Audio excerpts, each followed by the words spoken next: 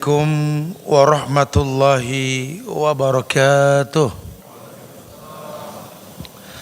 Alhamdulillah hamdan katsiran thayyiban mubarakan fi kama yuhibbu rabbuna wa yardu. Asyhadu an la ilaha illallah wahdahu la syarikalah wa asyhadu anna Muhammadan abduhu wa rasuluh.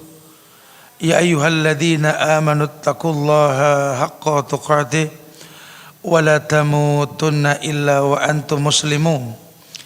Ya ayyuhan nasu taqu rabbakumul ladzi khalaqakum min nafsin wahidah wa khalaqa minha zawjaha wa bassa minhuma rijalan katsiran wan nisaa wattaqullaha alladzi tasaaluna bihi wal arham innallaha kana 'alaikum raqiba. Ya ayyuhalladzina amanu taqullaha wa qulu qawlan sadida yuslih lakum a'malakum wa yaghfir lakum dhunubakum wa may yuti'illaha wa rasulahu faqad faza fawzan 'azima. Amma ba'du fa inna asdaqal hadisi kitabullah wa khairal huda huda Muhammadin sallallahu alaihi wasallam wa syarral umuri muhdatsatuha wa kullu muhdatsatin bid'ah wa kullu bid'atin dhalalah wa kullu dhalalatin finnar.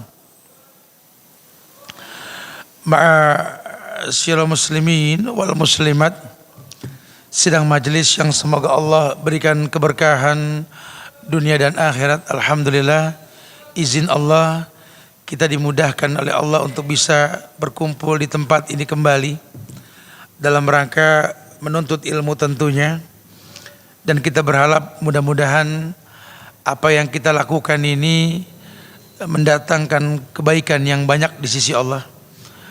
Kita akan coba bahas judul yang diberikan, yakni sudah siapkah Anda? Waduh. Walaupun mungkin muqaddimah judul ini umum sifatnya.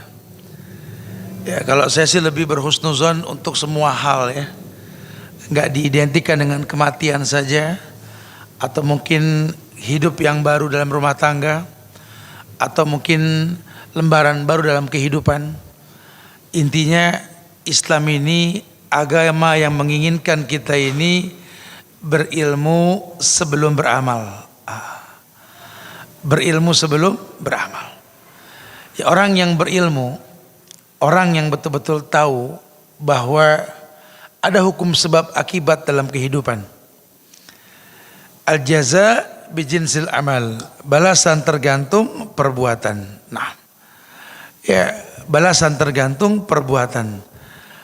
May yazra yahsud. Siapa yang menanam, dia bakal memetik. May yazra yahsud. Apa yang kau tanam, itu yang bakal kau petik. Apa yang kau tabur, itu yang bakal kau tuai, gitulah. Makanya Allah mengatakan, "Faman ya'mal mithqala dzarratin khairan yarah, wa may ya'mal mithqala dzarratin syarran yarah." Nah, itu semua tentu didapatkan dengan kesungguhan.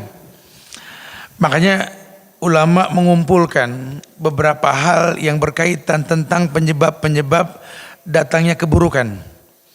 Tentu penyebab yang paling utama adalah sikap lemah yang kita miliki. Ini kalau akidah kita enggak kuat, kita bakal menjadi orang yang berharap selalu dimaklumi gitulah. Padahal izahnya kita ketika kita tidak menyandar kepada manusia. Wa izzuhu istighna'uhu 'anin nas. Wa izzuhu istighna'uhu 'anin nas. Harga diri itu ketika kita enggak bersandar kepada manusia. Karena bersandar ya kepada Allah, bukan kepada manusia. Makanya aneh kalau ada orang Islam takut sama orang kafir, tuh aneh. Aneh bukan enggak berani, Ustaz. Dia ini backgroundnya banyak banget, Ustaz. Back apanya enggak nanggung-nanggung. Ya, ada yang ciut duluan. Mau buka usaha begitu. Aneh mendingan jadi pegawai dia deh, Ustaz. Ini cukong lumayan walaupun kafir, bandenya banyak. Akhirnya jadi kacungnya cukong gitu. Ya yang begini nih akhirnya tiap Desember di ujung Desember pakai baju center class biasanya. Tapi gimana kata bos suruh begitu kita mau bilang apa Ustaz? Disuruh bersaing bisnis takut. Bukan Pak, masalahnya dia punya modal. Dia punya gedung, dia punya tanah, dia punya power. Kita punya apa? Kita punya apa? Kita punya Allah. Karena akidahnya berantakan, itu yang terjadi sekarang. Saya sering sampaikan di beberapa kajian. Dulu Khalid bin Walid selalu menang perang. Karena dia selalu berkata kepada pasukannya yang sedikit, musuhnya yang banyak. Wahai pasukanku yang sedikit, musnahkan mayit-mayit ini. Kok kamu bilang mayit Khalid? Karena kata Rasul Shallallahu Alaihi Wasallam bahwa beda kita dengan orang kafir itu kayak orang hidup sama orang mati. Anda bilang sama pasukan hancurkan mayit-mayit tersebut. Kita sekarang nggak perang secara fisik, ekonomi kita perang. Ya, kenapa mesti takut melawan orang-orang kafir dengan modal yang banyak? Kan kita punya modal Allah. Ini akidah yang berantakan ini membuat kita sekarang tergonjang-ganjing dengan ekonomi kita. Sampai nggak punya malu, ada masjid dititipin ATM bank riba, saya bilang begitu. Masjid ada titipan ATM bank riba.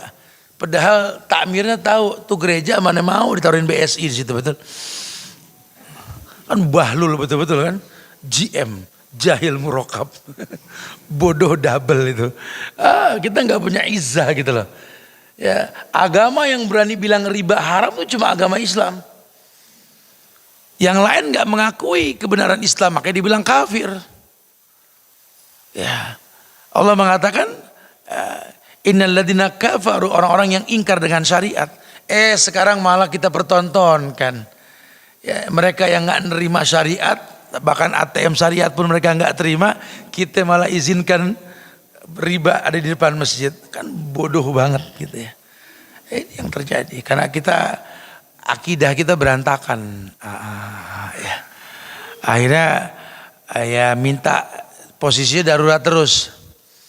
Ya Allah pahami aku ya Allah, maklumi aku ya Allah. Ya, padahal dia punya Tuhan baik, cuma nerima yang baik. Ya, Innallaha tayyib, la yaqbalu illa tayyiban. Allah baik, cuma nerima yang baik. Nah, kita pengen ngomong sudah siapkah kita nih? Ya dilarin kemana sih bisa sebenarnya kita mau ngomongin masalah kematian.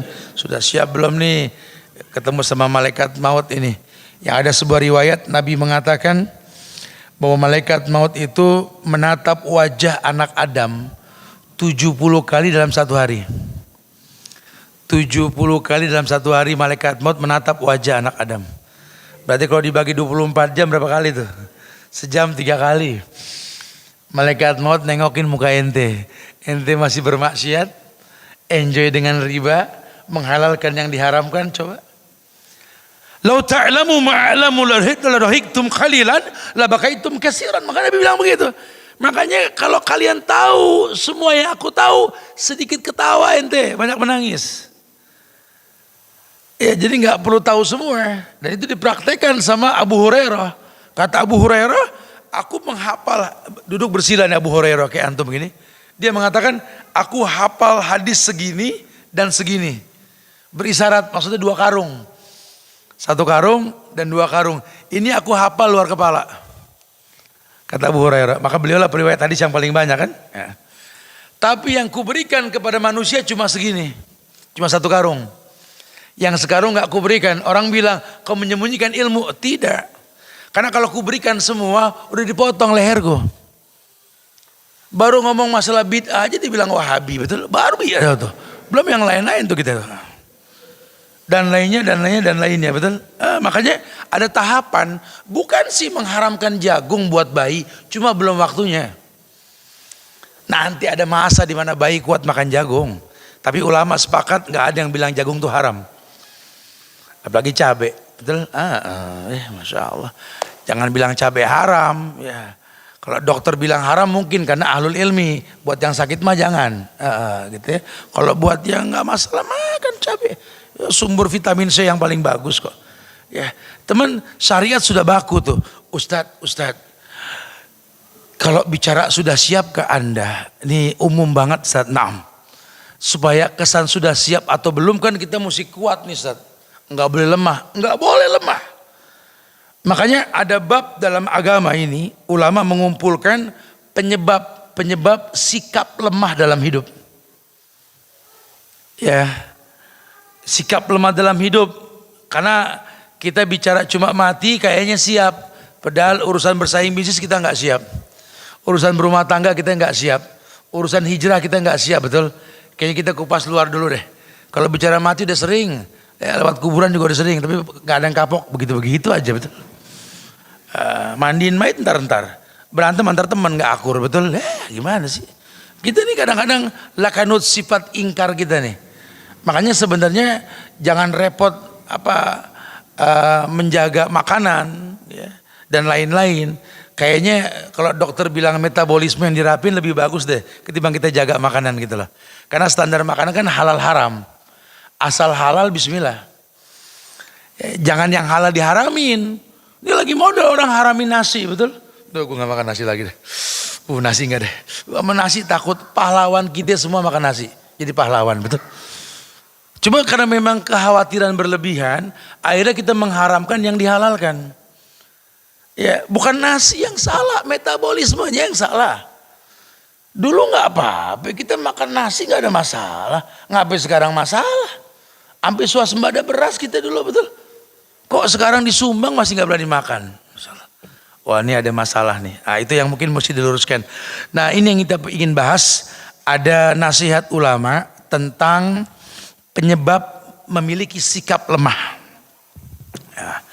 Sikap lemah tersebut dalam Islam, ya, itu dalam bahasa Arab namanya al-ajzu. Ajzu di sini artinya ta'jaz. Orang yang tua, orang yang lemah.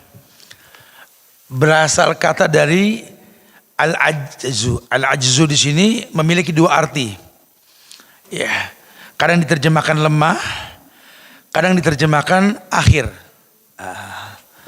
Jadi kalau dibilang lemah sih enggak, cuma lelet. Karena terbukti kalau orang punya power pasti fastabikul. Ya, ada perlombaan. Ini enggak, lemah sih enggak, Ustaz. Cuma lihat, ini orang muda, cuma heran masbuk mulu, betul? Enggak usah angkat tangan, santai aja ya. Kenapa kalau subuh mesti orang tua yang kumpul? Yang muda mana? Deh, kalau ngobrol ngomongin masalah tempat nge-gym, soalnya bagus tuh, barbelnya, ini kanan 35 nih, kiri 25 nih, diangkat barbel kanan kiri, nih kelopak nggak sekilo nggak keangkat, pagi pada kemana? Gimana mau menaklukkan dunia kalau pagi aja nggak bisa ngangkat kelopak mata kita? Katanya kuat. Kalau ngomong masalah olahraga, tata janjian main futsal sama basket, betul? Anak nangis. Orok lagi cacingan nggak kuat ngendong, bininya nggak pernah olahraga semalaman ngangkat bayi, betul? Ini yang kuat siapa sebenarnya? Nah, ini kayaknya asik nih kalau dibahas nih ya. Oh iya Ustaz ya. Ternyata kita punya sikap lemah ini. Nah, lemah itu ada sebabnya. Sebab yang pertama, ini kata ulama nih, kita bahas aja dulu, tak ketemu ujungnya nih. Yang pertama, karena memang ada indikasi dulu, indikasi orang memiliki penyakit lemah, sikap lemah. Indikasinya nih, nanti ada bentuk khususnya. Indikasi yang pertama, orang udah mulai kelihatan lemah ini hidupnya, itu meninggalkan dakwah di jalan Allah. Orang kalau udah mulai malas ngaji, malas jadi panitia, diamanatin untuk sesuatu yang sifatnya gotong royong malas, udah kelihatan ya. Oh dulu zaman baru-baru hijrah Ustaz, marbot mana yang dia nggak kenal, betul. Temennya takmir, betul. Oh sohib anu tat di masjid sini tat CS, apalagi musola sono no, oh teman nongkrong tat. Itu masjid Agung sono semua disebut. Baru hijrah, masya Allah. Dia kenal semua orang yang jadi penghuni masjid. Qalbuhu mu'allakun fil masajid. Dia punya hati terikat sama masjid. Kelihatan deh orang baru hijrah kelihatan. Kita bisa lihat lah ya. Soalnya nggak pernah begitu. Sekarang dia begitu kelihatan lah. Yang tadinya mungkin kalau janji sama orang udah kesang bener pasti mulu. Bro datang nggak? Gue datang ntar gitu ya. Dulu belum hijrah. Sekarang insya Allah. Oke insya Allah. Dulu nggak pernah insya Allah. Dia yakin aja dulu. Dikit-dikit alhamdulillah. Kalau kaget subhanallah. Padahal dulu nggak pernah. Alhamdulillah jadi baik. Alhamdulillah. Cuma ini kan kadang-kadang masa berganti, masa bergulir. Demi Allah, dia suka kadang-kadang menjadi orang yang imannya turun. Karena kebaikan yang dia lakukan tadi yang kita sebut dari mulai insya Allahnya, alhamdulillah, takjubnya dia dengan istiqlal dan sebagainya gitu ya. Itu karena iman yang dia miliki. Tapi kalau iman lagi turun, insya Allah mah insya Allah. Cuma buat alasan gak datang. Kalau dulu insya Allahnya benar. Insya Allah dia datang on time. Tapi kalau sekarang insya Allahnya lain. Lu mau datang ya kan insya Allah gitu artinya. Ya kan insya Allah kan janji. Ya kan insya Allah. Insya Allah itu kan jika Allah mengizinkan insya'a Allahu. Insya'a jika Allah mengizinkan kan. Sekarang Allah ngizinin gak? Ente sehat, kagak hujan, kendaraan ada, tempatnya deket lagi. Harusnya datang dong. Gak ada alasan. Ya cuma kan insya Allah gue gak janji. Insya Allah kagak janji. Coba tuh. Udah mulai beda nih. Nah. Ya. Atau mungkin self remindnya kacau. Kalau dulu entar-entar pegang beker. Ya, ngingetin dia kapan azan berbunyi. Kalau bisa 5-10 menit sebelum azan tuh intizar. Menanti waktu azan. Kalau sekarang ya azan berbunyi dia yang kaget duluan. Astagfirullah udah azan begitu. Nggak bahagia dengar azan. Ini udah mulai kendor nih. Kajian begitu. Kita ada kajian ntar di Bintaro nih, di Al Hijrah. Emang udah Sabtu lagi? Begitu katanya. Emang Sabtu? Emang kapan? Ya Allah cepet banget ya. Tuh udah mulai down tuh. Udah mulai down tuh. Ini udah masalah nih. Tadinya Masya Allah kalau nggak diingetin nggak pulang-pulang. Kajian pagi lain. Selesai WA temen samping. Bro ada lagi gak bro? Ada jam 9 sana, jam 9 janji lagi. Belum habis Johor janji lagi. Habis Johor ada lagi gak bro? Habis. Ada ntar jam 2 sampai asar. Asar begitu. Kalau nggak bini yang ngingetin lu nggak pulang-pulang, nggak pulang-pulang. dulu. Sekarang ya Allah baru duduk udah lihat jam. Ini habis jam berapa nih? Baru mulai. Habis jam berapa? Nih hati-hati nih orang kalau udah mulai begini nih. Antum yang punya hati ya, antum yang punya jiwa, ya hati-hati nih, meninggalkan dakwah. Maksudnya meninggalkan dakwah gimana sih Ustaz? Dakwah itu kan ku anfusakum wa ahlikum nara. Kita nggak dibikin kepo sama orang. Agama ini ku anfusakum wa ahlikum nara. Jaga dirimu, jaga keluargamu dari api neraka. Agama bukan tontonan. Agama tuntunan. Ya. Makanya kalau sampai ada orang yang sampai ada orang yang sampai terjebak dalam hal yang salah berkaitan dengan agama yang dia berada di atasnya, waduh. Ya, dia harus paham, dia harus mengerti bahwa memang kemuliaan seperti apa yang dijanjikan. Masya Allah. Wa yadubillah wa na'udzubillah. Jadi betul-betul harus paham, harus mengerti.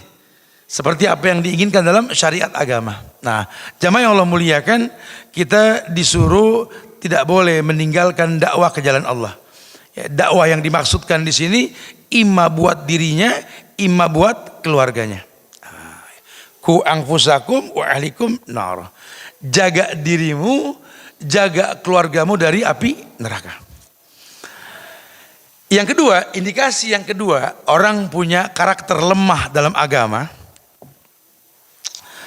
Yakni udah mulai lemot dalam beribadah, ta'jaz. Ke masjid ngapain bingung.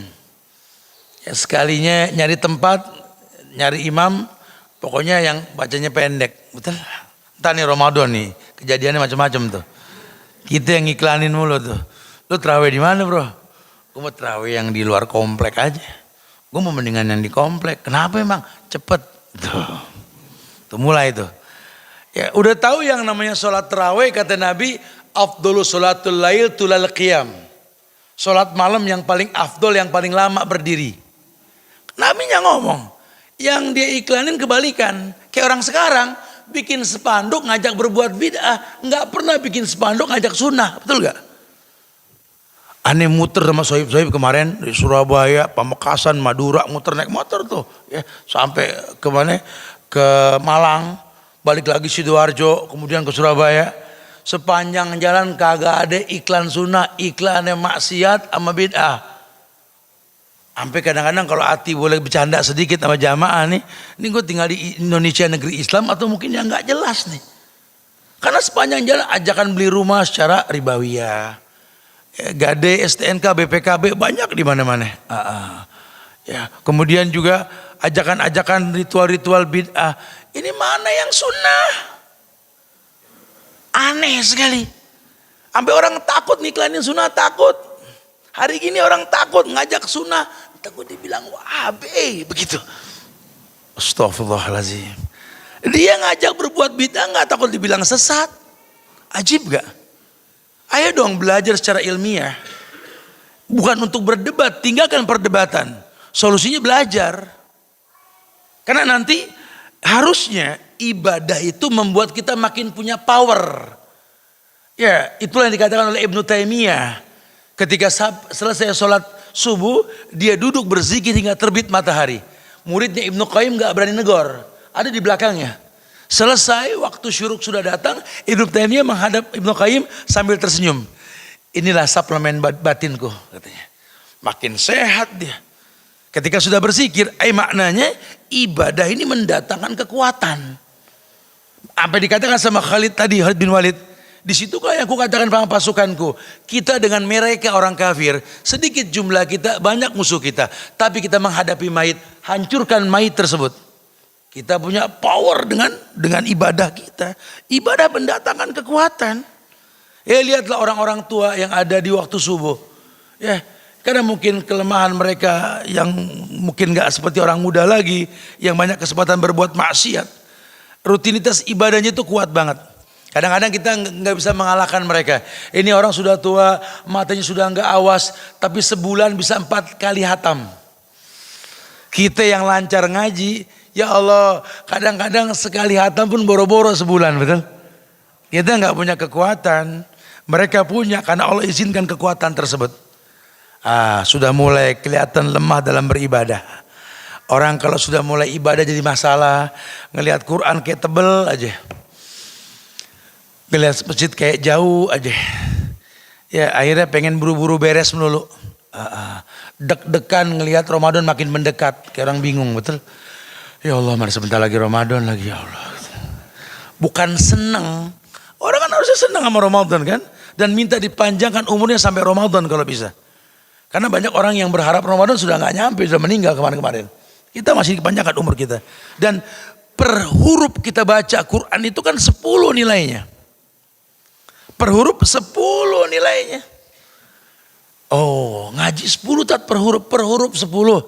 Insya Allah tat, masuk Ramadan anak belajar ngaji nih. Belajar ngaji Ramadan dari sekarang. Ramadan tinggal hatam. Karena hari-hari biasa para sahabat Nabi itu 5 ayat terjemahkan, 5 ayat terjemahkan. Tapi bulan Ramadan mereka berlomba-lomba hatam. Karena ada janji per huruf 10 nilainya. 1 kali hatam, 10 kali hatam. Bahkan Nabi mengatakan, Inna Qur'an yaqulu wa yu'ti syafa'ah. Wa qala al-Qur'an, Ya Rabbi, mana'tuhu nauma bil-lail, fasyafi'ni fihi. Itu Ramadan. Duhai Tuhanku, kata Quran di akhirat nanti, aku membuat si fulan tidak tidur malam karena baca aku. Ima terawih, ima baca ayat. Nah, tulal qiyam, dia panjang berdiri. Fasyafi'ni fihi, berikan aku sebagai pemberi syafaat.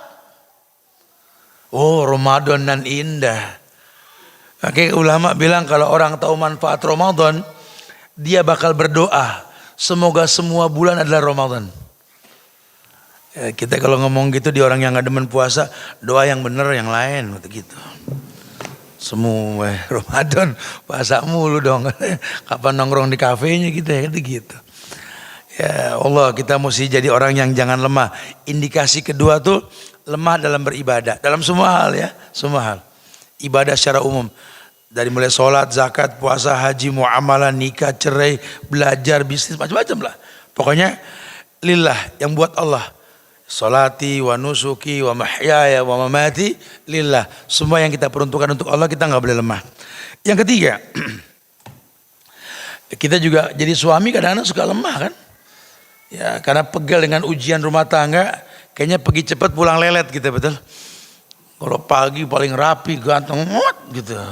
Pulang nggak nyampe-nyampe, kayaknya nggak nyampe-nyampe, tahu? Karena nggak ada semangat, lemah. Kadang-kadang kita lelah. Ya Allah, capek jadi pemimpinnya, rakyat demo mulu, betul. Ibu juga lelah jadi pengamanah, penerima amanah suami di rumah kan. Kadang-kadang orang merasa lelah, itu indikasi, hati-hati. Karena kalau dia belajar benci dan cinta karena Allah, tak ada lelah dalam beribadah gitulah. Yang ketiga, indikasi yang lain ya ini jarang atau sedikit membaca dan malas menuntut ilmu. Ini umum deh. Ulama ingetin dulu nih. Bahkan antum melihat status WA ana tuh, ana bikinkan video pendek perkataan Syekh Muhammad Al-Hasan itu, ya. Itu saya ditanya oleh orang yang bertanya kepada beliau, bagaimana kau memanage dirimu? Apakah tiap hari kau belajar memberikan sesuatu yang bermanfaat? Saya mengatakan, kalau saya tidak belajar dalam satu hari, saya hinakan diri saya. Tidak berarti saya hari ini berarti. Kalau hari ini saya tidak beramal sesuatu yang mendatangkan manfaat buat orang, saya hujat diri saya ini. Masya Allah. Kita ngelihat orang-orang soleh begitu, malu kita. Ya, malu. Padahal Masya Allah ya. Kalau kita selevel dia masih sibuk jawab pertanyaan orang, dia enggak sibuk belajar. Ya makanya lama-lama kita mulai paham, karena memang agama yang kita sampaikan ini bukan pekerjaan, tapi kewajiban. Ya. Kalau kerja ya kerja, lain hal lah, kita banting tulang. Ini kewajiban. Nah kalau sudah bicara kewajiban, kita bicara rukun dan syarat dong. Karena dampak dari sebuah kewajiban adalah manfaat buat orang yang melakukannya kan. Ya. Saya mengatakan belajar, jangan kita nggak belajar. Kita punya masalah di kantor kita, ngaji, belajar. Allah angkat derajat ente insya Allah. Ente masalah dalam pekerjaan, jangan sampai nggak belajar ngaji. Insya Allah derajat diangkat dalam bisnis insya Allah. Jadi suami, jadi istri, jadi anak, jadi keluarga. Wallahi, jangan nggak belajar. Karena umum dalil mengatakan, yarfa'illahu alladhina amanu minkum walladhina utul ilma darajat. Itu bahasa Allah, yarfa. Kapanpun, dimanapun Allah akan angkat. Yarfa'illahu alladhina amanu minkum. Allah akan angkat selalu orang yang dimana saja mau menuntut ilmu. Sehingga dia menjadi orang yang layak tinggal di bumi. Dimanapun bumi dipijak, langit dijunjung tinggi sama dia. Karena dia gak rubah peruntukan dirinya. Tercipta untuk beribadah. Jangan kita yang seger. Calon mayit aja suruh belajar. Lakinu mautakum la ilaha illallah. Talkinkan nih mayit.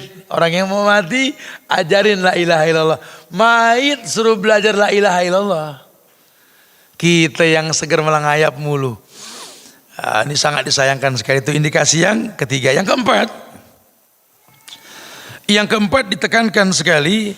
Ya, indikasinya adalah lemah dalam melaksanakan amar ma'ruf nahi munkar. Ya kita orang yang nggak merespon amar ma'ruf. Amar ma'ruf itu artinya memerintahkan pada kebaikan. Alasannya nggak enak, Ustaz. Ana sih pengen ngingetin tat bentuk kebaikan, cuma takut dia marah. Ya udahlah, kalau memang khawatir dia marah, kan antum bisa doain. Ini antum ngedoain kalau yang ada menghujat. Kita lihat pemimpin ini berbuat zolim di atas sana para pejabat, betul? Antum nggak bisa ngerubah, karena siapa antum, pengaruh juga enggak. Gerakan tangan maupun lisan. Tapi pernah gak ada yang mendoakan pemimpin? Ya suruh jujur saja, pegal sama presiden. Ya pegal sama presiden. Jangan digerutuin, iya deh gitu. Ada yang ngedoain gak presiden dari pagi? Kagak ada, yang ada ngerumpi betul. Ada gak yang ngedoain gubernur bawaan presiden dikit? Ya ada. Ada gak yang ngedoain wali kota?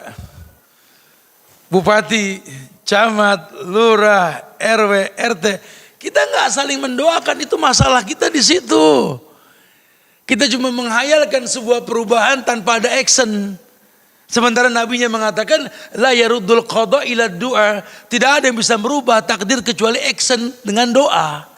Kita nggak pernah saling mendoakan.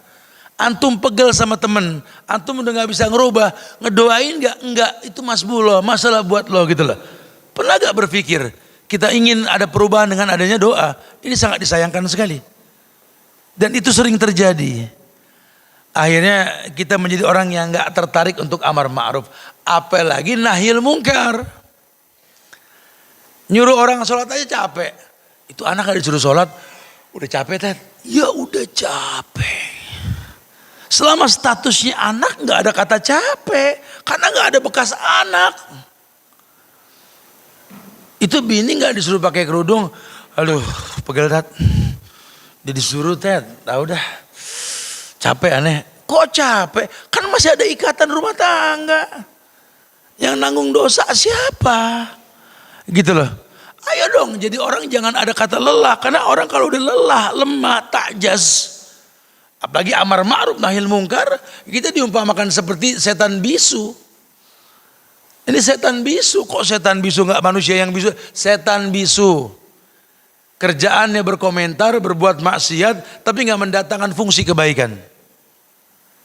Ya kalau memang tangan bergerak sudah gak dipandang. Lisan mengungkap kata tak didengar. Tolong doa jangan berhenti. Biarlah nanti Allah yang bekerja, yang merubah semuanya. Itu yang jangan lupa tuh jamaah. Setiap pagi dan petang sisipkan doa untuk umum. Allahumma ighfir lil mu'mina wal mu'minat wal muslimina wal muslimat man ahya'a minhum al amwat innaka qaribun mujibud da'wat ya qadiyal hajat. Doakan negeri kita tercinta Indonesia agar dijaga ukhuwah kebangsaannya. Pakai pendapat Hasan Al-Basri.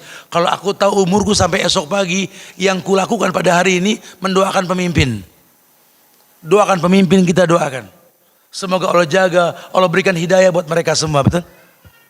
Kita ajak orang mendoakan mereka. Enggak usah takut dibilang Wahabi gitu. Doakan gitu lah. Karena memang harus mendoakan mereka. Kalau enggak didoakan, Masya Allah. Ibu doakan suami bu, dia orang yang lelah. Ya, yang dia tahu cuma menaklukkan dunia. Kadang enggak sempat kumpul sama keluarga. Bukan enggak mau kumpul, memang enggak memungkinkan buat kumpul. Ya kadang dia juga pengen belajar, cuma ya enggak bisa. Mau bilang apa? Ya alhamdulillah kalau punya kantor yang setiap makan siang ada kajian dulu, alhamdulillah. Kalau enggak ya qadar Allah. Doakan, doakan, doakan. Semoga Allah berikan yang terbaik gitu lah. Karena mendoakan pemimpin itu penting sekali. Bagaimana kita berada, ada seorang pemimpin, wajib kita doakan. Kita lagi safar, doakan amir safar kita. Ya, semoga kuat imannya, bisa mengambil keputusan gitu lah.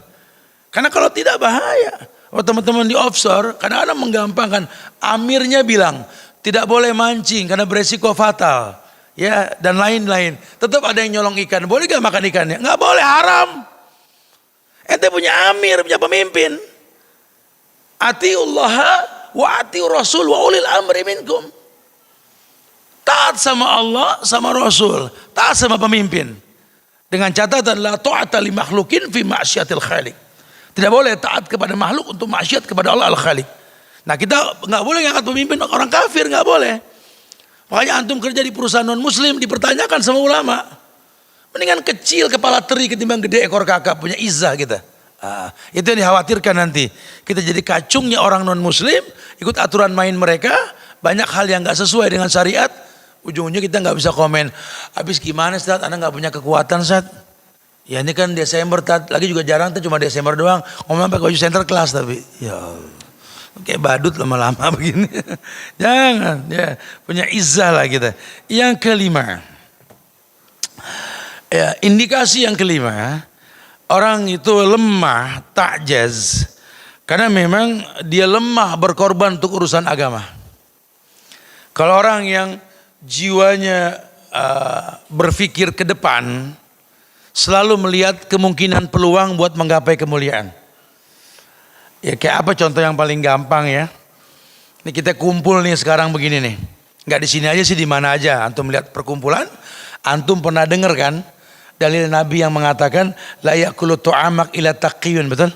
Kamu kalau mau memberikan makan minum, berikan makan minum sama orang yang bertakwa.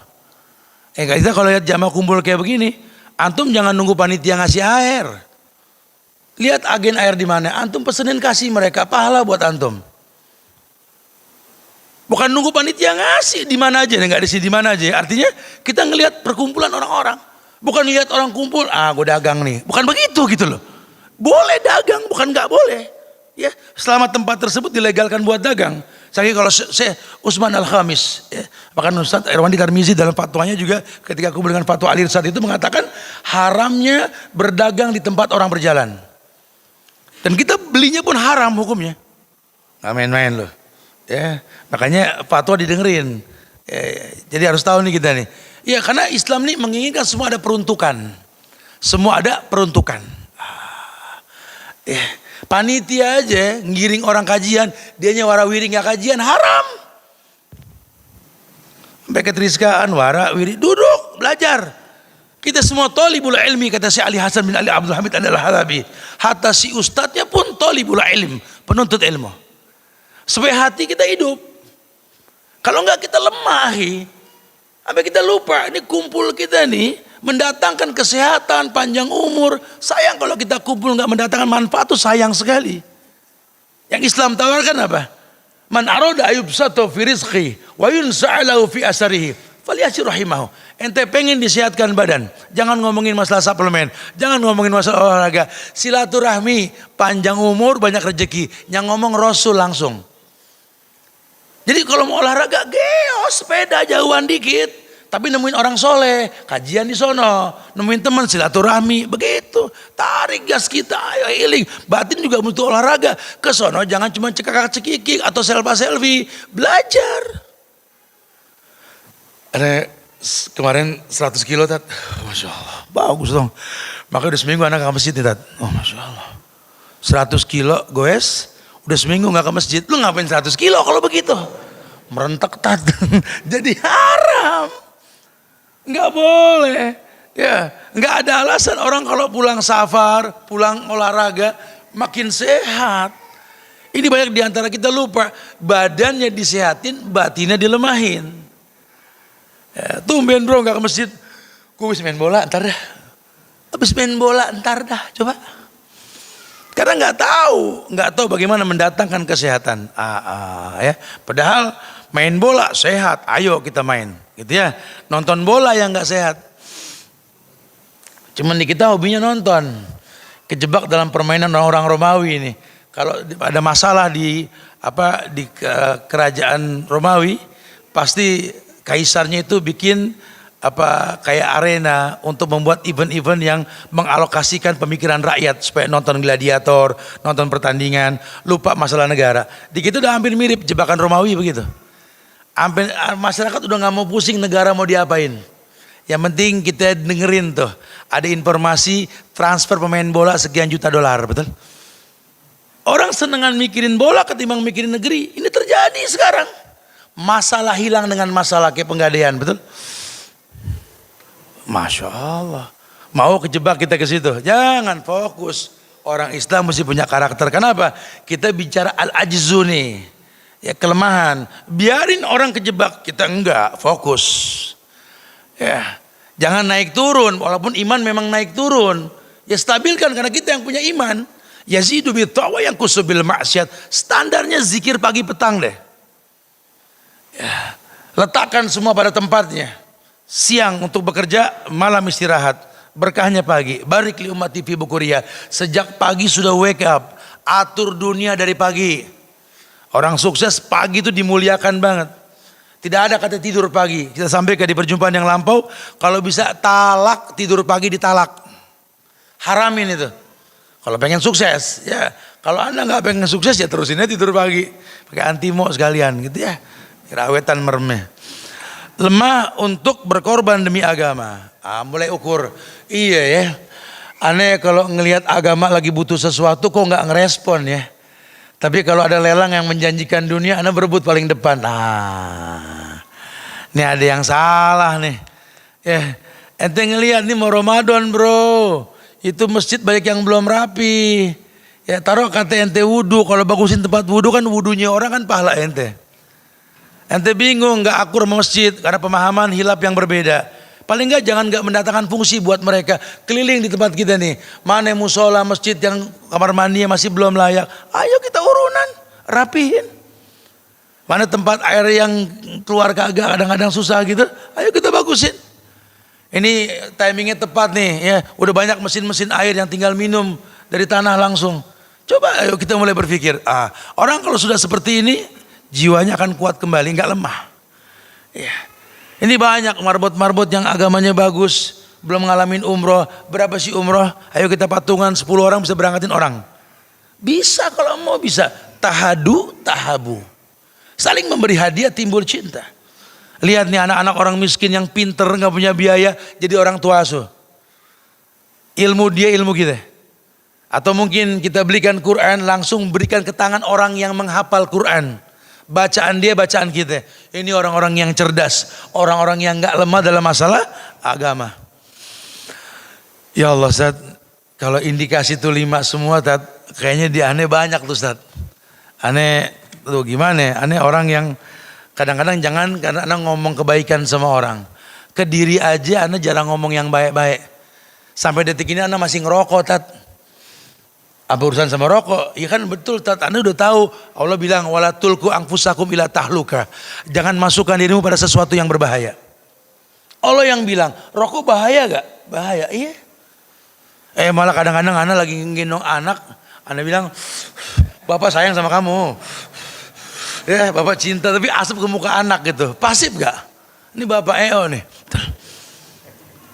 Ya. Ngomong sama bini gitu. Dengar ya. Gue nasihatin sama lo. Ini orang-orang bahlul betul-betul. Karena dia nggak bisa sama dirinya aja nggak bisa. Jangan ngomong sayang sama orang lalu sama diri kita nggak sayang. Coba ilmiah lah sedikit lah. Kita ilmiah sedikit. Ya karena banyak orang nanti yang mengemas kata seperti itu. Ku anfusakum wa ahlikum nara. Dirimu keluargamu. Oh kalau tamu datang ngomongnya tinggi, wow kita nih begini, kita nih begini. Bininya dari belakang. Om Dok katanya. Ya, dia nggak berdakwah sama diri, nggak berdakwah sama keluarga. Kedatangannya nggak pernah dinanti, kepergiannya diharap. Kan bahaya sekali. Kalau seorang pendakwah yang baik, kedatangannya dinanti, kepergiannya nggak diharap. Kita ke keluarga enggak. Anak pada pucat, lu ngapain pucat? Babe mau datang, astagfirullah datang juga tuh. Anak pucat ngeliat babenya gimana? Ceria muka anak, pada ceria nih. Ayah besok safar lagi. Masya Allah. Waduh jangan main anteng tuh, hati-hati tuh. Berarti ada something wrong tuh. Masya Allah ya. Subhanallah. Anda masih begitu Ustaz? Ya udah islah, nanti ada formula yang Islam tawarkan. Anda juga lemah dalam beribadah Ustaz. Ya sudah jangan berkeluh kesah. Revisi ada yang salah. Kenapa enggak semangat kalau sholat? Ada yang bertanya sama Syekh tersebut, Syekh apa sih ukuran kita ini beriman kepada Allah? Kata Syekh banyak di Quran. Tapi patokan yang paling gampang, idza dzukirallah wajilat qulubuhum. Kamu jangan merasa beribadah banyak. Kalau Allah dikumandangkan bergetar ke hatimu, ukur sendiri. Aneh sih alhamdulillah saat Ramadan tat sebulan, emang sebulan dari dulu betul. Aneh sih alhamdulillah tat terawih, aneh zakat, aneh ini alhamdulillah. Tapi azan berkumandang nggak usah ngomong, bergetar gak? Allahu Akbar, Allahu Akbar. Ada gemeter gitu. Ya Allah. Ya nggak usah digetar-getarin gitu, nggak usah digini-giniin gitu. Bergetar sendiri aja gitu. Ente yang punya ukuran, no ajan ya, kayak orang bingung dong sedikit, lagi kerja, ya Allah, alhamdulillah, ini dunia ya, sampai nggak bisa dilepas, sedih. Lagi rapat, baiklah kita mulai rapat kita, hayyalas sholah, astagfirullah. Anak buah juga nanya, kenapa bos? Kita jauh dari Allah. Allah panggil kita masih sibuk sama dunia. Padahal yang punya dunia itu Allah. Allah panggil kita. Gimana nih supaya ke depan kita nggak kayak gini? Tuh bergetar hatinya. Hayya 'alal falah. Mari kita sukses, mari kita menang. Pantesan gagal mulu usaha ya Allah. Itu bergetar hatinya. Saya mengatakan ukur dirimu. Jangan ukur orang lain. Hasibu qabla an tuhasabu. Wazinu qabla an tuzanu. Timbang sendiri coba. Kamu yang tahu. Idza dzukirallahu wajilat qulubuhum wa idza tuliyat alaihim ayatuhu zadatuhum imanan. Ini ayat ditambah sama imam habis waladhdallin. Amin. Imam baca ayat habis itu. Tambah gak iman? Jangan-jangan komplain sama imam. Karena nggak sedikit orang komplain dan berharap waladhdallin amin, imam baca pendek kan gitu. Imam baca panjang. Kayak kesel gitu loh. Ini nggak beriman, orang beriman tuh enjoy. Bukan saat Anda ditungguin sama orang, tapi kan Allah yang manggil. Jangan khawatir, rezeki nggak ketuker. Takutnya kalau kelamaan yang mau beli gak jadi, urusan Allah bukan urusan ente sudah. Rezeki nggak ketuker, jangan takut dirugikan sama ibadah. Nggak ada orang rugi karena ibadah. Iya, Ana masih lemah tuh. Introspeksi. Ya, nuntut ilmu gitu sama. Faida faraqta fansab. Dalilnya kan umum. Punya waktu kosong isi dengan yang bermanfaat. Yang paling manfaat ya nuntut ilmu. Ya, apalagi kita tahu nih kita punya planning sebulan ke depan bulan apa nih?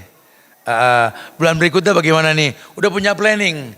Makanya dia pengen ngadepin bulan-bulan tersebut dengan ilmu. Apalagi bicara kematian, sudah siapkah Anda? Kalau besok malaikat maut mendatangi Anda, sedang apa Anda? Nabi mengatakan orang diwafatkan dalam kondisi kebiasaannya. Wa yusaru yaumal qiyamah bima mata alaih. Dan orang akan dibangkitkan bagaimana dia diwafatkan. Ya. Orang sakit, hati-hati. Enggak nutup kemungkinan meninggal dalam kondisi sakit. Tapi mudah-mudahan disembuhkan sama Allah. Sehingga dalam kondisi sakit jangan berkeluh kesah. Hati-hati. Orang lagi kaya, kemungkinan lagi kaya mati. Makanya bersyukur ketika kaya. Mafhum ya? Apapun kondisi kita, sesuaikan dengan syariat. Anda sedang beruntung, bersyukur. Baguskan agama, banyak sedekah. Kadang nggak sedikit orang mati karena kesuksesannya. Bahkan banyak riwayat mengatakan Allah tidak akan kurangi rezeki seseorang sampai datang kematiannya. Ini orang nggak pernah sukses, totonya sukses mencuat. Biasanya nggak lama lagi tuh. Ya Masya Allah, ya wallahu alam, kematian si Allah, cuman gelagatnya seperti itu. Ya kita kalau di posisi seperti itu, buru-buru sedekah, buru-buru berbuat baik. Ya Masya Allah. Harus paham diri, ini ada yang salah kalau enggak nih. Jadi dia memaksa dirinya untuk bisa selalu berbuat baik, menyiapkan ilmu sebelum beramal gitu lah. Apalagi tadi sense of belongingnya dihidupkan kembali, kepedulian sosialnya. Amar ma'ruf nahi mungkarnya ini Masya Allah buka peluang-peluang dakwah nih. Waduh ya, ini sudah mulai banyak teman-teman yang pensiun dini nih. Gimana caranya kita bisa rekrut nih dalam satu kegiatan event, bisnis atau perekonomian yang syariah. Gitu ya. Tapi the real syariah, bukan syariah yang cuma berkamuflase doang, bukan ya. Yuk kita berkumpul sama teman-teman di sebuah event yang bisa menjadikan contoh buat teman-teman yang lain. Kita bisa tajir dengan cara syariah. Jangan ngelobi Tuhan dengan cara yang diharamkan. Ya, apalagi minta dispensasi. Ya anak kalau nggak begini sih nggak bakal bisa sukses. Allah juga paham, itu paling bahaya tuh. Ya, ingat Allah baik, cuma nerima yang baik. Tidak ada kebaikan yang bakal kau dapatkan dengan cara melanggar syariat. Ya, khawatirnya Anda lupa, ada istidraj, ada al-ma'unah. Ya, kalau istidraj memang sukses, tapi dengan cara yang lain, yang negatif. Al-ma'unah pertolongan Allah, tapi dengan cara wasta'inu bis-sabri was-shalah. Dia baguskan sabarnya, dia baguskan sholatnya. Usahanya ini sabar banget, tapi sholatnya nggak pernah berhenti. Bahkan sholat itulah yang membuat Allah percaya menitipkan dunia sama dia. Dengan sholat yang rajin, ibadah yang bagus, kerja maksimal, Allah titipin sesuatu sama dia. Ini yang begini nih malaikat nih, rantai kehidupan yang utama buat banyak orang. Katakan nahnu narzukukum wa iyahum. Katakan sama mereka malaikat, kami kasih rizki sama kalian buat mereka. Nahnu narzukukum wa iyahum. Makanya kita kalau punya partner bisnis, ya bukan cuma masalah untung rugi saja, tapi lebih kepada siapa dia. Anda berbisnis dengan seseorang, Ustaz. Ya permodalan yang Anda ambil dari dia ini dalam dagangan memang harganya biasa, Tat. Ada yang nawarin lebih murah lagi. Boleh gak Anda ngambil ke yang lebih murah? Ya boleh saja, itu dagang kok. Cuma kenapa? Antum itu orang baik gak yang pertama? Oh kalau baik sih Masya Allah, Tat. Ini orang rezekinya halal, banyak yang kebagian, orang tua, anak yatim semua. Kenapa gak dipertahankan? Karena rezeki melalui dia ini buat banyak orang. Jangan cuma berpikir keuntungan. Cari partner bisnis yang menjadi penyebab Allah datangkan keberkahan itu yang cerdas. Sohib itu bukan teman ngobrol saja, partner bisnis pun sohib. Almar'u ala dini khalili, orang tergantung agama temannya. Kan agama umum. Bukan cuma sholat, zakat, puasa, haji, muamalah juga agama, betul? Wa mahyaya wa mamati, hidupmu bersama siapa, matimu dengan siapa, itu juga ibadah. Kamu hidup di lingkungan Islam, gampang yang mandiin kamu orang soleh, yang nyolatin orang soleh, yang makamin orang soleh. Kamu tinggal di negeri kafir, hati-hati, kamu mati siapa yang nyolatin nanti. Dan lainnya dan lainnya. Dia berpikir panjang, sudah siap belum, itu yang kita persiapkan dalam semua hal. Makanya dia nggak mau sembarangan. Ya, dia nggak lemah dalam amar ma'ruf nahil mungkar tersebut ya. Masya Allah. Apalagi dalam masalah keagamaan, Ustadz. Kalau memang itu indikasi, itu penyebabnya ada gak, Ustaz? Ada sih, dalam buku yang dituliskan oleh Syekh Hussein Muhammad Samir, beliau mengatakan sebenarnya 5 hal tadi sering terjadi karena beberapa hal. Hal yang pertama biasanya orang yang punya karakter 5 tadi yang buruk itu, terindikasi 5 hal tadi, hidupnya ini tawadu yang dibuat-buat. Jadi hijrahnya itu karena pengen dilihat orang. Kalau depan teman yang tahu dia dulu siapa, dia hijrah, waduh, naam insyaallah, alhamdulillah, jazakallah, dibikin-bikin. Biasa aja bro, gak usah dibuat-buat gitu loh. Orang selalu bilang jangan ya hanu gitu loh. Jangan biasa aja lah gitu ya.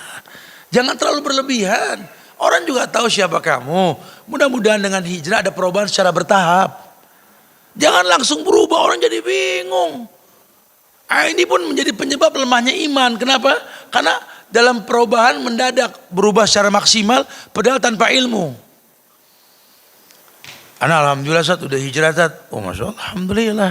Kelihatan dari gaya ente nih Masya Allah, alhamdulillah Ustaz. Ana dinasihatin Ustaz. Dulu Ana gak pernah sholat Ustaz. Sekarang alhamdulillah Ustaz. Oh Masya Allah. Nih guru Ana bilang kalau bisa Ana tahajud jangan tinggal Ustaz. Oh cakep dong. Makanya alhamdulillah Ustaz. Udah 2 bulan Ana tahajud tiap malam. Alhamdulillah. Tapi subuh Ustaz Ana bareng duha mulu. Masya Allah. Itu masalah buat ente. Ente semangat tahajud, subuhnya berantakan. Nah, itu nggak boleh. Yang wajib subuh. Ya, makanya Ana nih hijrah, Tat. Alhamdulillah sama teman-teman ini keliling Ana dakwah kemana-mana, Tat. Bangunin orang suruh subuh, ngajak orang sholat. Tapi Ana pikir-pikir, anak-anak kesiangan mulu di rumah, betul. Lu ngapain bangunin anak orang, anak sendiri no. Ku anfusakum wa ahlikum. Bukan ahlul qaryah. Bukan ahli kampung, bukan ahli bait, rumah ente. Nyuruh orang sholat, keluarga pada nggak sholat udah disuruh belum? Bari nyuruh keluarga, kita nyuruh orang lain boleh. Ini keluarga nggak pernah digubris masalah ibadah, orang lain disuruh. Itu yang dibilang semut seberang lautan kelihatan, gajah di pelupuk mata nggak jelas. Agama nggak ngeberatin, nggak dosa ente nggak merapikan yang jauh, yang deket yang utama. Apa ya? Atas si ustadz juga sama. Ya karena para nabi juga begitu kan, para rasul kan begitu ya. Walaupun ada ujian. Jangan dibilang bodoh Nabi Nuh karena gak bisa bikin Kan'an masuk Islam. Itu ujian. Tapi lihat memang dia begitu di keluarganya. Jangan dibilang bodoh Adam dan Hawa gak bisa ngedidik anak yang bunuh-bunuhan. Itu ujian. Jangan salahkan Nabi Nuh, Nabi Ayub karena nggak bisa mendidik istrinya, berbuat kufur, ingkar pada suaminya. Itu ujian. Ya kita juga pasti diuji sama keluarga, pastilah. Ya, apalagi kalau anak-anak masih kecil-kecil, waduh, super semua kan. Tapi itu ujian buat kita. Cuma ingat, ujian Allah tidak ada kezaliman di balik ujian tersebut. Karena Allah sudah mengatakan, la yukallifullahu nafsan illa wus'aha. Kita punya Allah yang gak mungkin menguji kita di luar batas kemampuan kita. Makanya jangan suka belaga-belaga. Tawadu yang dibikin-bikin. Tawadu tahu? Tawadu itu low profile lah kalau kita bilang. Merendah.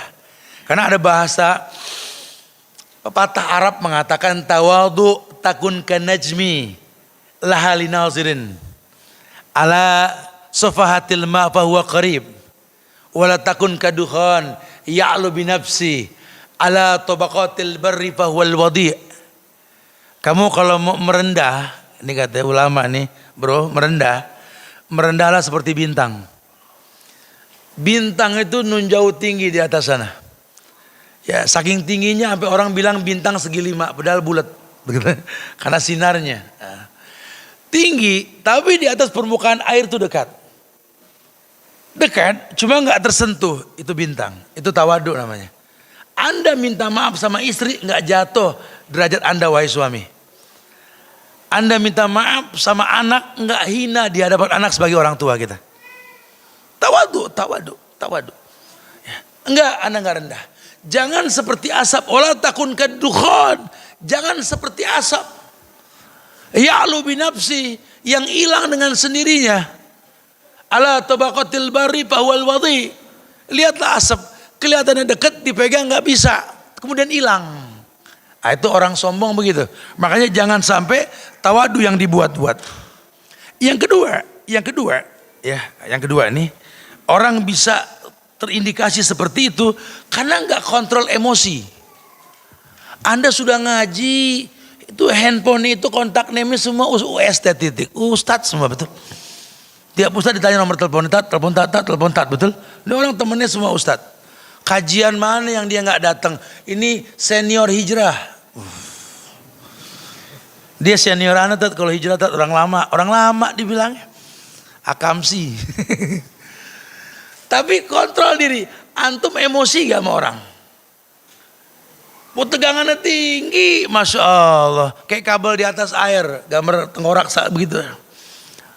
Emosinya tat, aneh sih mendingan dia yang dulu tat, baik. Udah belajar agama galaknya orang tuh. Hati-hati, nanti ada saatnya iman turun, antum bisa merusak ibadah antum sendiri.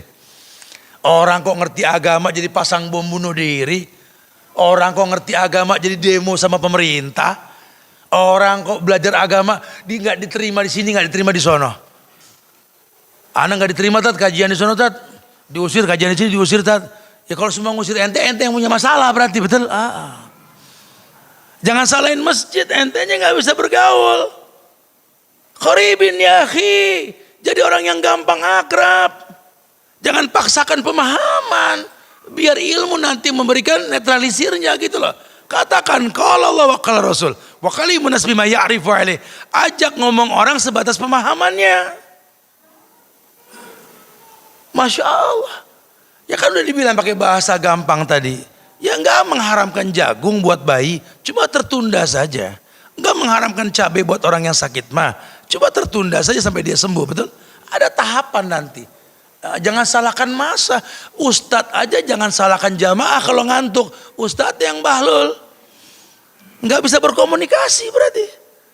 Ya kalau sudah ngantuk jangan dipaksakan selesai buku, selesai kajian gitu loh. Karena hilanglah manfaat. Ini kalau para masyayikh nasihatin kita begitu. Dan ilmu komunikasi jadilah orang yang berinteraktif gitu sampai kepada sebuah target dan tujuan. Yang ketiga, Anda sudah mulai malas. Ada doanya tuh. Allahumma inni a'udzubika minal ajzi wal kasali wa a'udzubika minal jubni wal bukhli dan seterusnya. A'udzubika minal ajzi wal kasali. Ajzi lemah, kasali malas. Ente kalau udah mulai malas berlindung, ya Allah, aku berlindung kepadamu dari lemah dan malas. Ya, Kenapa kita kalah sama burung yang setiap hari semangat terbang? Nggak ada burung diem aja. Temennya negor, kenapa lu malas terbang? Gue lagi nggak mood. Nggak ada. Burung terbang. Kita ini mesti begitu jamaah. Ya, ini Anda lagi nggak semangat, berteman sama yang semangat. Pagi itu teleponnya teman-teman yang semangat. Oh bro, ngapain bro? Oh, ya. Semangat. Wake up gitu loh. Ini doa-doa Nabi di pagi hari biar berkah. Jangan gak semangat, makanya habis subuh kalau ngantuk wudhu, mandi.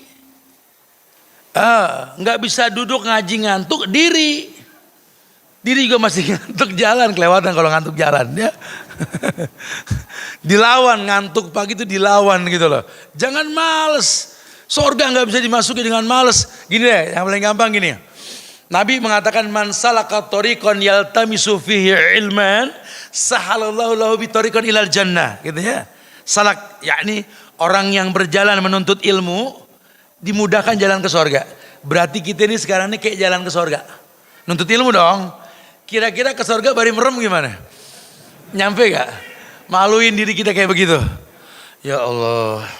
Sampai gua ke surga merem ya. Dilawan, itu harus dilawan. Insya Allah semangat timbul dengan sendirinya. Oh nggak bisa nih, Anda harus wudhu nih, harus bergerak nih. Karena dia tahu hilanglah manfaat dengan malas tersebut. Bosan, jenuh, hati-hati.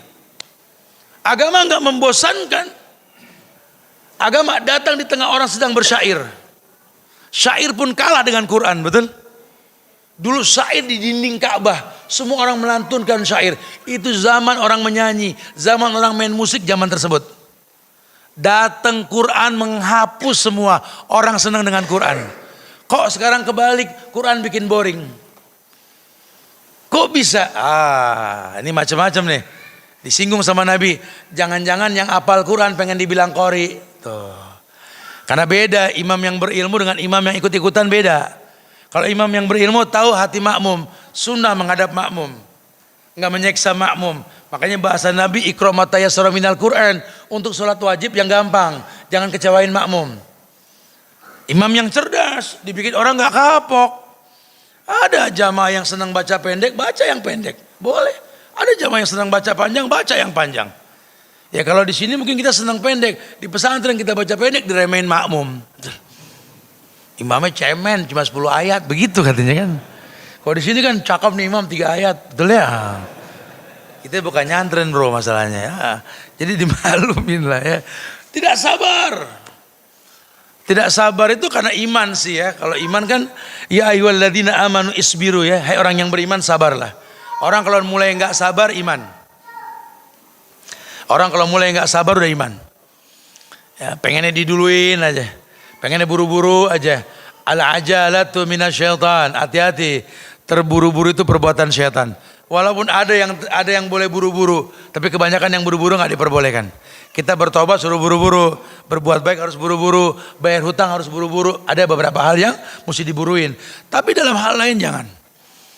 Karena isti'jal itu paling nggak boleh. Doa aja nggak boleh diburu-buru. Bukan bacanya ngepot, bukan. Tapi minta dijawab cepat. Yaqulul abdu qad da'autu falam aru yastajibuli, itu paling enggak boleh.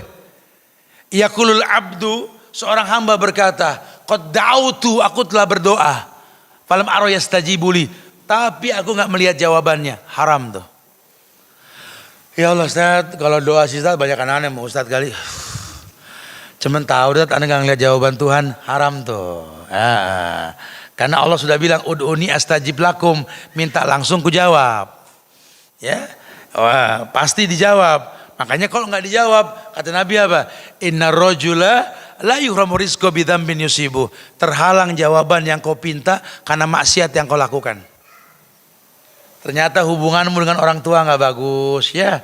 Ya, kamu sudah terlalu lama di rumah sama istri, ibumu panjang mata nunggu diziarahin itu. Anda nggak ribut sama orang tua, cuma orang tua kesel nggak pernah ditengok. Itu masalah.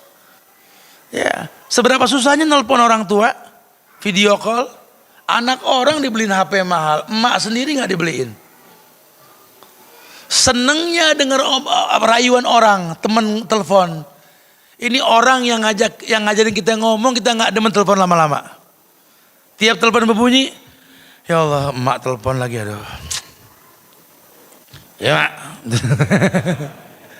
Ini orang yang ngajarin kita ngomong. Astagfirullahalazim. Ini orang tua yang pernah nuntun kita dulu saat kita nangis. Dia coba minta dituntun ke rumah sakit. Ini orang tua yang dulu kita keselin. Kalau kita nggak ditimbang-timbang, nggak diajak ngomong, sayang, nangis kita. Sekarang dia minta ditengokin, minta diengke-engkehin. Ya Allah, kita nggak sempet, subhanallah. Ya wali kota kita sibuk. Ya, siapa kita sampai lupa ada panjang mata tua menanti kita. Rumah yang bikin kita betah tinggal di situ dulu. Pernah bangga sama teman-teman kita yang datang ke rumah kita dulu. Ya, kita nggak tengokin rumah orang tua kita. Itu rumah pusaka bro. Tengokin. Ada sorga di balik dinding dia. Temuin lah. Ya, Masya Allah. Subhanallah. Ini yang membuat kita ini salah sangka sudah. Akhirnya kita nggak jadi orang yang nggak sabar. Doa terhalang. Jangan kadang kita zolim sama istri kita. Nongkrong di mana aja sama teman ngebosin. Bini bolo-bolo kebagian hadiah. Jangan-jangan kita berbuat zalim. Sama Allah ada catatannya, semua enak aja. Teman kita beliin macam-macam, anak compang-camping nggak pernah dibeliin. Masya Allah. Nah ini kayak begini nih kita muhasabah diri nih. Iya ya. Jangan-jangan memang banyak kezoliman nih. Punya waktu dibuang-buang. Akhirnya mubazir waktu. Itu kan semua maksiat. Disitulah kita diperintahkan banyak istighfar. Minimal 70 sampai 100 kali. Banyak beristighfar kita kepada Allah. Karena nggak mungkin Allah nggak jawab yang kita minta. Kecuali 3 hal yang kita minta yang nggak bakal dijawab. Semua doa dijawab. Yustajabu lil abdi. Kita pernah bahas beberapa tahun yang lalu di sini kitab Ad-Dawa, masih ingat? Ada riwayat dari Nabi dalam kitab Al-Mustadrak Imam Al-Hakim dikatakan yustajabu lil abdi. Doa hamba pasti dijawab. Kecuali 3 yang gak dijawab sama Allah. Malam yad'u bi ismin. Doa untuk dosa dan maksiat. Gak bakal dijawab dah. Kalaupun dimudahkan istidraj. Orang mau korupsi berjamaah, berdoa dulu. Mudah-mudahan besok kita aman dah. Amin. Atau apalah ya, nggak tahu lah antum yang apa maksiatnya apa nih. Ya, mudah-mudahan ntar malam kita nengokin anak orang nggak ada hansip nih, kan dosa betul. Mudah-mudahan babinya tidur nih. Atau apa? Itu nggak bakal dijawab tuh doa. Aqati rahim atau doa mutus silaturahim. Kesel sama temen, cair dong di kondangan harusnya. Ini kesel di kantor kebawa ke kondangan. Ya dia datang lagi. Oh jangan ngelihat. Ini masalah mutus silaturahim itu. Ya, harusnya jangan. Mau silaturahim keluarga mau, asal dia jangan datang, ya udah datang juga. Aduh ini bahaya. Atau istijal tadi tergopoh-gopoh. Selain daripada itu dijawab. Kok nggak dijawab? Banyak maksiat yang menghalangi datangnya jawaban doa. Ya harus sabarlah kita sama Allah, ya, harus tahu inilah. Atau gampang putus asa, tayas. Lelah, capek ngomongin yang baik ke keluarga. Pegel sama orang tua, pegel sama bini, pegel sama suami, pegel sama anak, putus asa. Aduh makanya aneh bilang sama bini, lakum dinukum aliyadin dah. Lakum dinukum aliyadin. Bini lo kafir, lakum dinukum aliyadin. Bininya anak haji dibilang lakum dinukum aliyadin. Pegel taat nggak paham. Imam yang greget.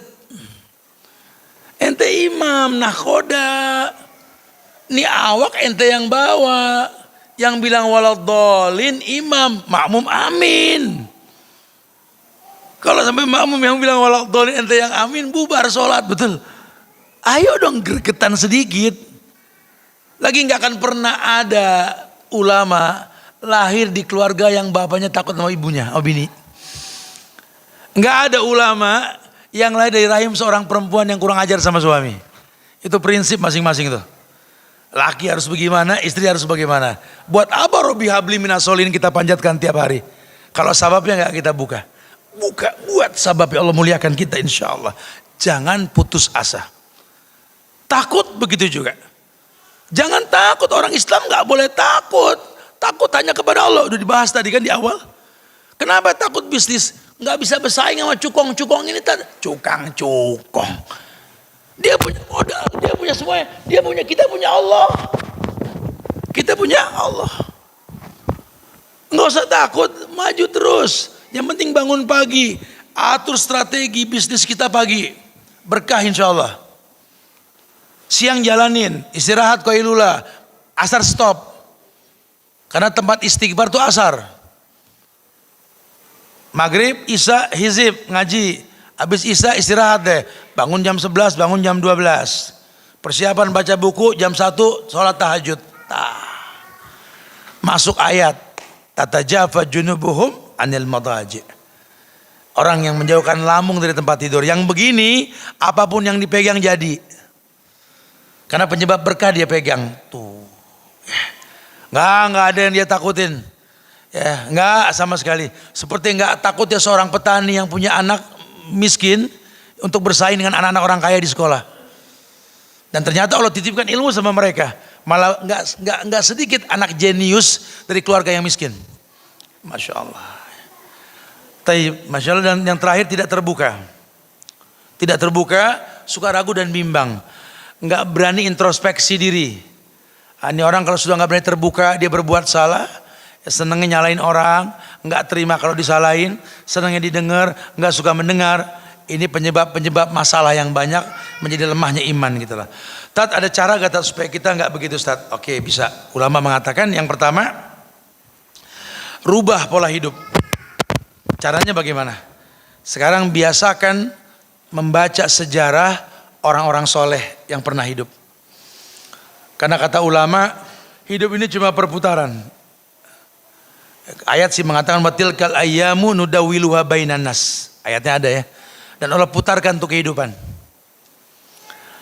Yang kita rasa pada hari ini orang dulu pernah merasakan.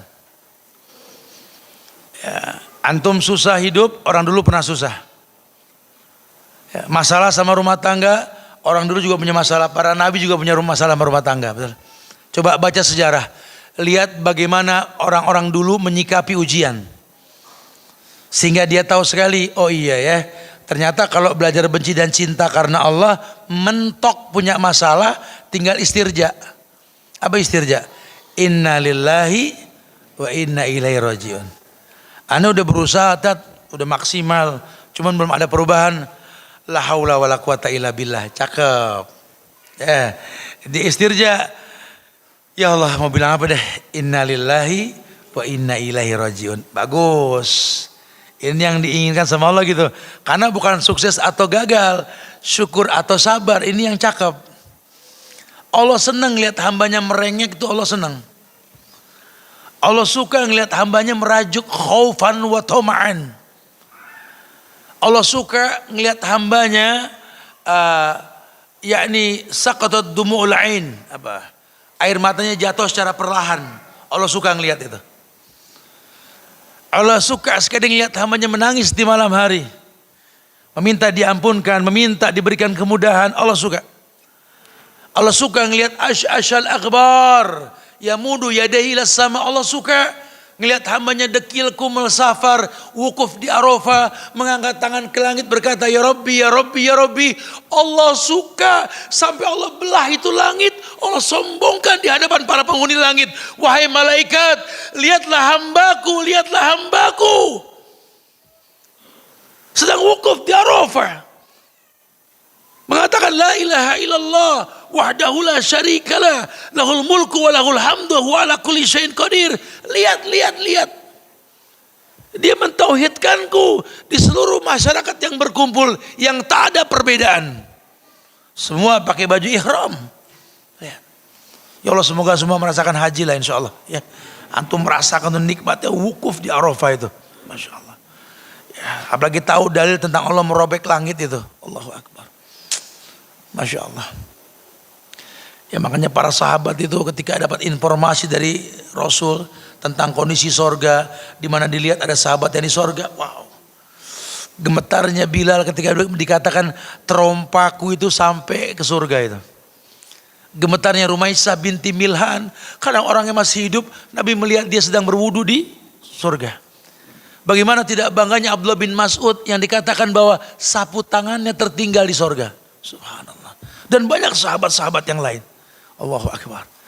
Ya, mereka maksimal sekali dalam berbuat kebaikan. Baca sejarahnya, baca. Anda masalah dengan orang tua, sahabat juga masalah dulu. Cuma bagaimana mereka menyikapi masalah, lihat. Kemudian suruh memahami kewajiban utama manusia. Introspeksi diri. Kau tercipta untuk sebuah peruntukan. Apa peruntukannya? Wa ma khalaqtul jinna wal insa illa liya'budun. Tidaklah aku ciptakan jin dan manusia kecuali untuk beribadah. Jangan dilupa ini, ukurannya ibadah. Ya, sesibuk apapun kita ukurannya ibadah. Antum mau nongkrong silakan. Islam gak melarang. Asal jangan ngebuang waktu yang gak penting. Yang penting di tongkrongan dekat masjid. Tanya sama teman, ya ana sih pengen nongkrong kayak kemarin, cuman gue nggak pengen lagi kayak kemarin, kita nggak bisa sholat. Nah, di mana yang asik bro nongkrong bro? Jadi kita langsung bisa sholat. Ukurannya sholat. Ya, nginep di tempat, nginep di ini, ya yang gampang sholat. Ya, ukurannya sholat. Makanya fasilitasilah tempat-tempat umum dengan tempat sholat. Gitu ya. Ya kalau kita ke negeri Arab, satu lantai semuanya tempat sholat. Orang gampang nyari masjid. Nah kita mesti kita budayakan nih sekarang. Ini kan banyak tempat wisata kuliner nih. Tempat sholatnya jangan susah. Karena silakan kita berwisata kuliner, tapi sholat jangan digampangkan gitu lah. Taib, naam. Ya.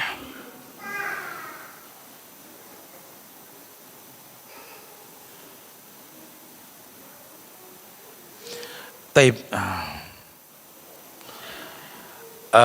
Kemudian yang ketiga, mengunjungi orang-orang soleh dan orang-orang yang memiliki kemauan keras. Jangan nunggu ilmu datang, cari ilmu. Antum gak ngaji, ustadznya gak datang, ustadznya gak datang. Kejar ke tempat lain. Ilmu dikejar bukan ditungguin. Kang bakso ditungguin, betul. Kang bubur ditungguin lewat. Ilmu mah dikejar. Ente tahu kalau tuh ustadz meninggal besok rugi ente. Inna Allah la yakbidul ilma intizan yantazi'u minal ibad, walakin yakbidul ilma biqabdil ulama. Allah kalau ngambil ilmu bukan ilmu yang diambil ulama diwafatkan.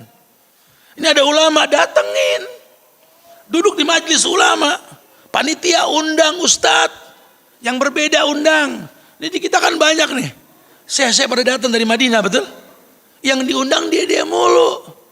Saya juga bingung, kayak nggak ada yang lain ya agama Islam di doang gitu loh. Panggil yang berbeda, panggil. Yang sering berbeda di sosial media undang. Ini ada syekh duduk. Panitia ngundang. Bukan eksklusif, ini kan eksklusif. Dia aja yang datang. Undang orang-orang awam undang. Kasih tahu mana tempat yang belum sampai dakwah. Ustadz datang ke sana. Bukan ngumpulin ustadz di sebuah tempat. Mau kalau di masjid Anas ustadznya 5 kibar semua, bendera berkibar, betul. Kadang-kadang nih gitu suka. Aduh ya, dakwah disampaikan, kunjungi orang soleh. Di mana antum dengan orang soleh, datengin. Antum umroh, haji, ada kajian duduk di majelis. Sekarang gampang kok translate, tinggal download, enak dinasihatin sama ulama. Oh masya Allah ya, aduh, subhanallah. Yang keempat, ya ini memiliki kemantapan hati dan terus-menerus berusaha untuk melenyapkan kelemahan. Ada usaha, al-juhdu. Itu yang kata Imam Syafi'i itu ijtihadun, kesungguhan dari batin orang yang sedang menuntut ilmu. Tadi saya bilang kalau kita berasa ngantuk lagi nuntut ilmu, keluar wudu. Jangan antum nikmatin ngantuk, jangan.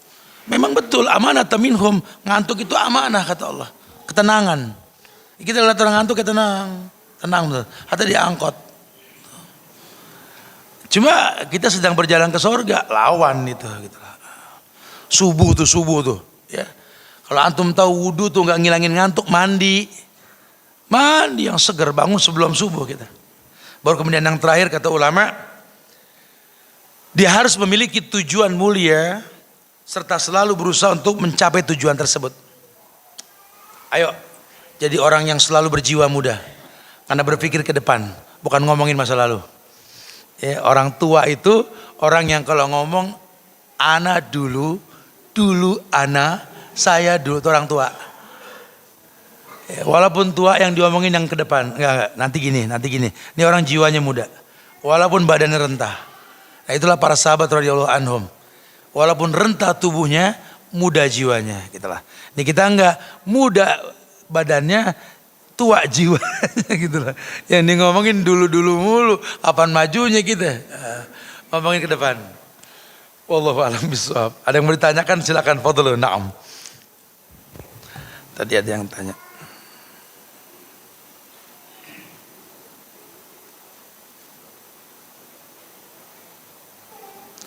Semoga Ustaz selalu yakin insyaallah. Apa hukumnya kita memanggil anak yatim untuk santunan ke rumah dengan niat minta doa? Haram. Kalau tujuannya untuk menjual mereka demi keuntungan. Jadi kita banyak ini, ada fatwa ulama seperti ini. Antum kalau mau bantu anak yatim, bantu sudah. Bukan antum lobby dia untuk mendoakan antum. Ini banyak orang-orang yang ini jarang belajar, jarang beragama, tata memanggil anak yatim. Doakan ya biar sukses, bisnisnya nggak jelas tapi. Bahkan nggak sedikit saya dengar ada beberapa rumah yatim yang sering dipanggil oleh pengusaha-pengusaha untuk membacakan beberapa ayat di tempat yang mereka baru beli, semoga lancar usahanya. Dan nggak tahu usahanya apa, ternyata ilegal. Maka ulama melarang. Ya, bukan berarti kita nggak boleh minta doa, silakan. Tapi kalau sengaja, kayak orang ini bisnis badal haji, badal umroh, haram. Nah, bingung nih, haram tot, gitu ya. Ada fatwa kemarin dari fatwa Alisat ya, udah disetujui ya. Tapi kalau orang minta tolong dibadalin boleh. Cuma kalau antum buka jasa badal haji umroh, ini yang nggak pernah ada. Hati-hati nih, ya tipis bedanya. Karena badal haji itu ibadah.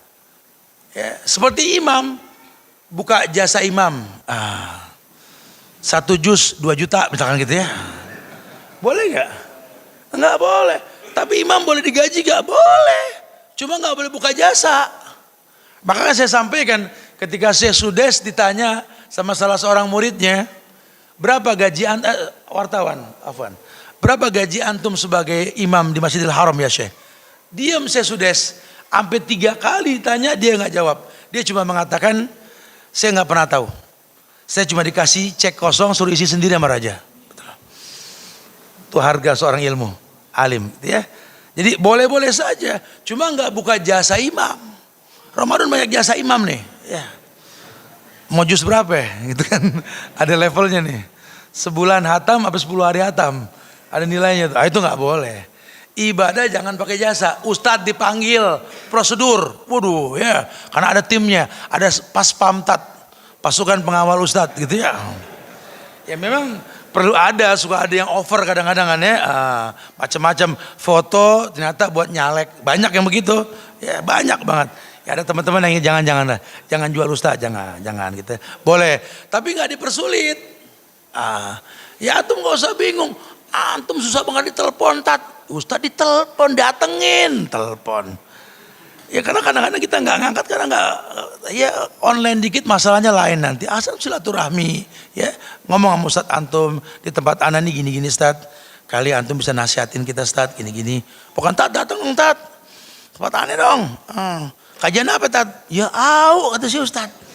Tempatnya mana, orangnya gimana? Ini kadang-kadang datang tat tanggal sekian. Judulnya apa tat? Judulnya apa? Tahu juga belum tempatnya, betul. Panitia yang ngasih tahu Ustadz, di tempat anak tuh gini-gini Ustadz. Bisa kasih masukan ke kita Ustadz, baiknya kayak gimana? Karena kita sudah berusaha masih belum bisa nih. Coba antum bisa kasih masukan atau rekomendasi Ustadz. Nah, kan enak. Oh, sepertinya tempat antum nih gini atau gini deh. Kita coba besok kajian internal. Ya.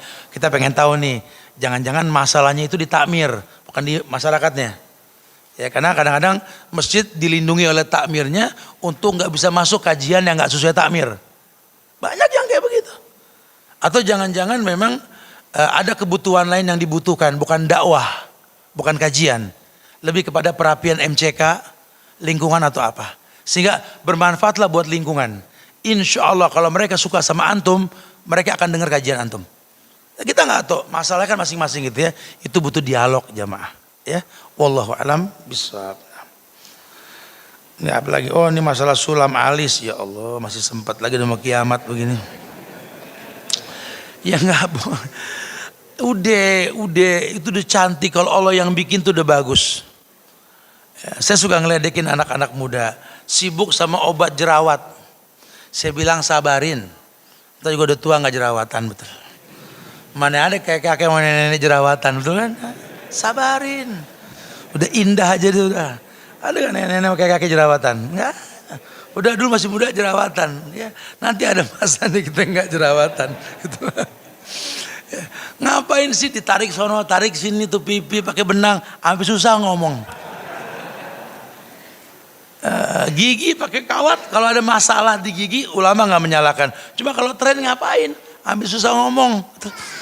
Gigi di penjara, betul. Keriput tua, rambut hitam nggak matching, betul ya?